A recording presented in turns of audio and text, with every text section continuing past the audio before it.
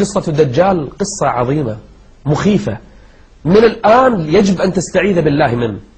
يصل الدجال إلى المدينة، يريد أن يدخلها، لا يستطيع أن يدخل إلى المدينة. الملائكة تستقبله، فيرى من بعيد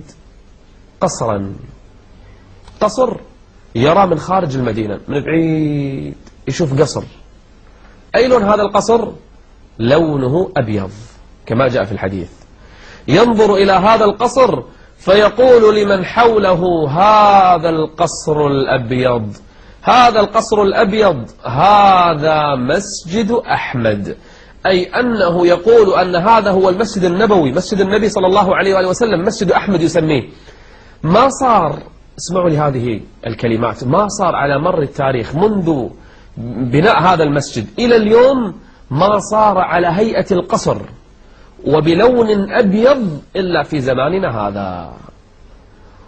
كيف صار مثل القصر؟ وكيف صار بهذا اللون وهيئته كالقصر؟ اليوم صدق هذا الحديث. الله أعلم، أنا ما أجزم أن الدجال سيرى المسجد النبوي بهذه الهيئة، الله أعلم. لكن اليوم من يرى المسجد ويسمع حديث الدجال يصيبه نوع من الرهبة. فهل ينظرون إلى الساعة أن تأتيهم بغتة؟ فقد جاء أشراطها.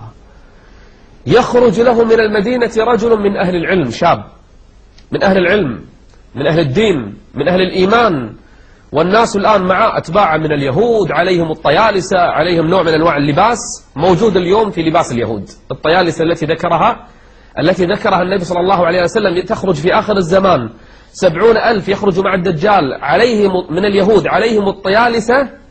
هذا نوع من اللباس اليوم اليهود يلبسونه، كبارهم، قاداتهم، وخاصة الذين وجدوا في أصفهان وغيره يلبسون نفس اللباس. وما ينطق عن الهوى إن هو إلا وحي يوحى. يخرج للدجال في ذلك الزمان شاب من أهل العلم فيواجه الدجال، فيقول له الدجال: أتؤمن بي؟ يقول: لا، كفرت بك وآمنت بالله وحده. قال: سأقتلك. قال: افعل ما تفعل. فيضربه بالسيف ضربة يقسم فيها نصفين، فيمشي بين النصف والنصف الآخر، والناس ينظرون، والجهلة يزداد إيمانهم بالدجال، ويمشي الدجال بين هذا الشاب الذي قسم نصفين. ثم بعد أن يمشي بينه، طبعا بإذن الله كل هذا، يأمر الدجال هذا الشاب فيرجع مرة أخرى، فيكلمه الدجال مرة أخرى. طبعا هذا كله يوهم الناس بهذا، لكن الذي يحيي ويميت هو الله جل وعلا وحده.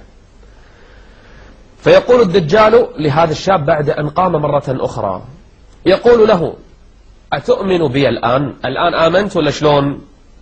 فيقول الشاب: والله ما ازددت بعدك إلا يقينا، أنت الدجال الذي حذرنا منه النبي صلى الله عليه وآله وسلم.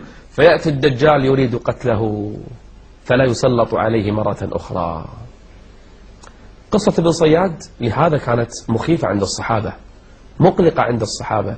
الصحابة لا يخافون إلا من الله عز وجل، لكن يخافون أن تقوم الساعة عليهم، فإذا ظهرت الآية يستعدون. وكذلك تميم الداري لما رأى قصة أو شكل الدجال كأعظم خلقة رآها مقيد بالسلاسل، ويقول له: يوشك أن أخرج فيكم، يعني اقترب وقت خروجي.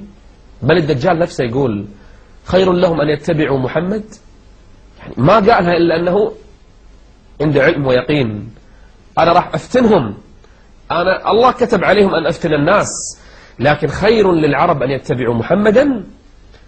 وهذه الأحاديث التي رأيناها والتي سمعناها من وصف الدجال: أعور، قصير، عظيم الخلقة، أفحج، أي متباعد ما بين الساقين، كأنه يعني منظر مخيف مفزع، يجوب الأرض بسرعة، يمشي بينهم، يأمرهم بعبادته، يقوم بين الناس من جهة المشرق فيدعوهم إلى يعبر السماء فتمطر والأرض فتنبت. هذه الصفات وكلها علموا أبناءكم إياها، أهليكم، نساءكم، تعلموا واقرأوا، لأن الإنسان في آخر الزمان إذا كثرت الفتن فإنه لن يستطيع أن يتدارك نفسه أو يعلم أهله في ذلك الزمان، وربما لن يكون معهم، فعلمهم وحذرهم. وما من نبي إلا حذر قومه الدجال، وفي كل صلاة نستعيذ بالله من الدجال. نسأل الله أن يعيذنا وإياكم من الدجال وفتنته، وأسأل الله جل وعلا أن يثبتنا على دينه، وأن لا يميتنا إلا على الإسلام، إلا على الحنيفية السمحة، وأن يبعثنا يوم القيامة وهو راض عنا